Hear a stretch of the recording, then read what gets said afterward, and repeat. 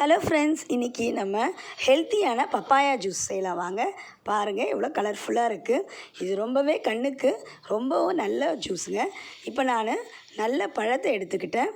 அதை தோலை சீவிட்டு பொடி பொடியாக நறுக்கிடலாங்க. ரொம்ப ஈஸியானது. பப்பாயா நறுக்கியாச்சு.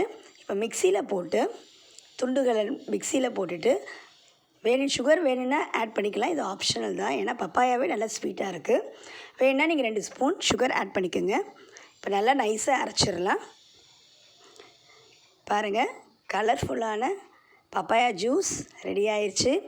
கலர்ஃபுல் மட்டும் இல்லைங்க, இந்த கலருக்கு காரணமே கெரோட்டின். நம்ம கண்ணுக்கு ரொம்ப நல்லது. விட்டமின் ஏ இருக்குது.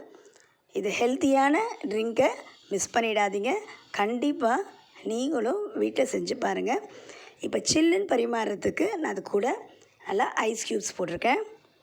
இந்த வெயிலுக்கு ஏற்ற குளு ஜில் பப்பாயா ஜூஸ் ரெடி.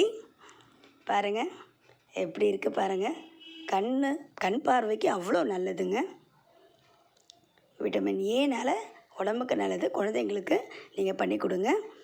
மறக்காமல் நம்ம சேனலை சப்ஸ்கிரைப் பண்ணுங்கள், லைக் பண்ணுங்கள், ஷேர் பண்ணுங்கள்.